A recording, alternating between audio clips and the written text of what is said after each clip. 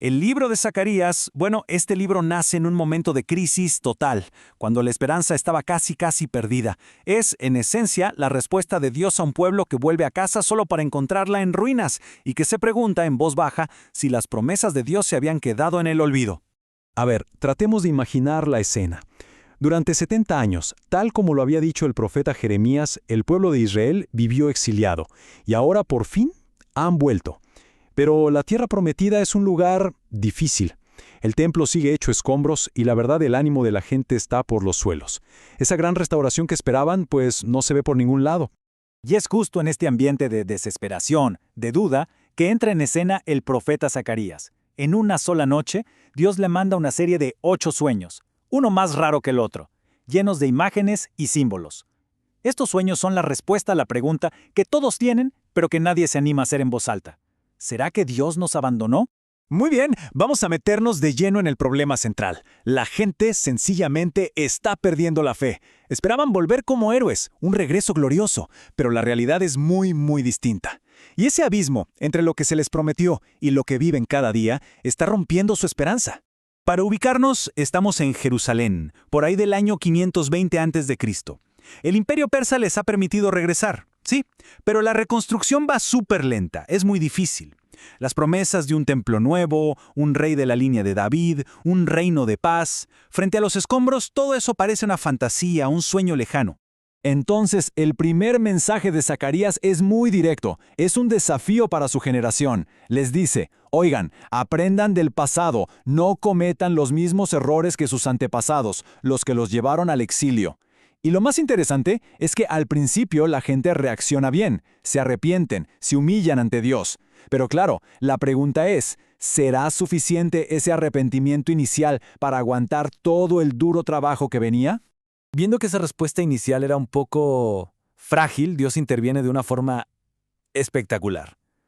No con otro sermón, sino con esta serie de sueños súper complejos, diseñados para, digamos, resetear la imaginación y la esperanza de su pueblo. Y ojo, estas 8 visiones no son al azar, para nada. Están organizadas de una forma muy inteligente, casi como un espejo. Cada una va revelando una pieza del plan de Dios, respondiendo a las dudas de la gente y poco a poco construyendo como un mapa desde su presente tan complicado hacia un futuro increíble. Las visiones que abren y cierran esta secuencia son como los 2 paréntesis de una gran oración. Muestran a unos jinetes celestiales que patrullan el mundo y reportan que todo está en paz bajo el dominio persa. Y esto, claro, hace que la pregunta sea más fuerte. Si el mundo está tranquilo, ¿hasta cuándo va a esperar Dios para actuar por Jerusalén? La respuesta de Dios es contundente. Declara que tiene un gran celo por su pueblo. Después, las visiones se enfocan más de cerca, en la comunidad. Vemos a alguien midiendo la nueva Jerusalén, pero no para ponerle límites. Al contrario, es para mostrar que será una ciudad sin muros, tan llena de gente que se va a desbordar y que Dios mismo será su muralla de fuego. Y a la vez, un rollo volador recorre la tierra, limpiando el pecado desde adentro, como una purificación espiritual. Y aquí, justo en el centro de los sueños, llegamos al corazón del asunto. Vemos a Josué, el sumo sacerdote, con ropas sucias, siendo acusado por Satanás. Pero Dios interviene, lo limpia, le da ropas nuevas, un símbolo clarísimo del perdón y la restauración del sacerdocio. Y a su lado está Zorobabel, el gobernador. Ellos dos son como 2 olivos, los líderes que van a reconstruir el templo. Pero la clave es que no lo harán con poder militar o político, sino con el Espíritu de Dios.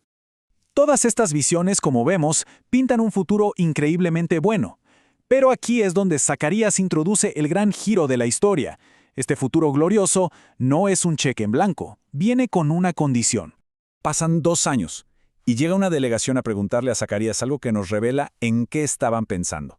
Llevaban décadas ayunando para lamentar la destrucción del templo, y ahora preguntan si deben seguir haciéndolo. O sea, su preocupación es por un ritual externo. Zacarías aprovecha la pregunta para darle la vuelta por completo. Les recuerda por qué sus antepasados terminaron en el exilio. Y no fue por no ayunar, fue por ignorar el llamado de Dios a la justicia, a la misericordia. Y aquí está el punto clave, resumido en este versículo. A Dios no le interesan mucho sus lamentos por el pasado si eso no se traduce en un comportamiento justo ahora, en el presente. La exigencia es súper clara. justicia de verdad, misericordia, piedad y sobre todo cuidar de los más vulnerables. Lo que Zacarías está diciendo, en otras palabras, es que el futuro prometido en las visiones solo se va a cumplir si esta generación se convierte en el tipo de personas que puedan vivir en ese reino. La fidelidad al pacto es el puente entre su presente en ruinas y ese futuro glorioso. Con ese desafío sobre la mesa, el libro cambia de tono. Las últimas partes son como un mosaico de poemas y profecías que ven todavía más lejos, hacia la figura central de toda esa esperanza, el rey mesiánico. Y esto nos muestra la naturaleza paradójica de este rey. Por un lado, se anuncia su llegada triunfal a Jerusalén, pero de una forma muy rara, humilde, montado en un asno, no en un caballo de guerra, para traer paz. Pero, por otro lado, este mismo rey es presentado como un pastor que es traicionado y rechazado por su propia gente y por sus líderes.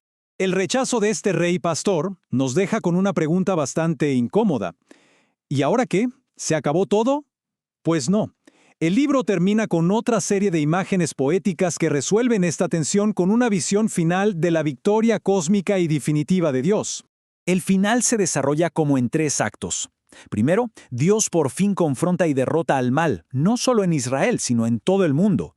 Segundo, derrama su espíritu sobre su propio pueblo, llevándolos a un arrepentimiento real, genuino, al darse cuenta de a quién rechazaron. Y tercero, una Jerusalén ya purificada se convierte en el lugar donde todas las naciones vienen a adorar a Dios. Y la imagen final del libro es ¡guau! Impresionante. Jerusalén se transforma en un nuevo jardín del Edén.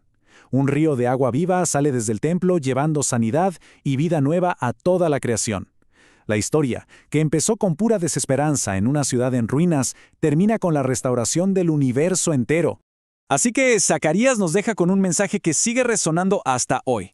La esperanza en un futuro glorioso y la responsabilidad de vivir con justicia y misericordia en el presente no son cosas separadas, son las 2 caras de la misma moneda. Y la pregunta, al final, sigue abierta para todos nosotros.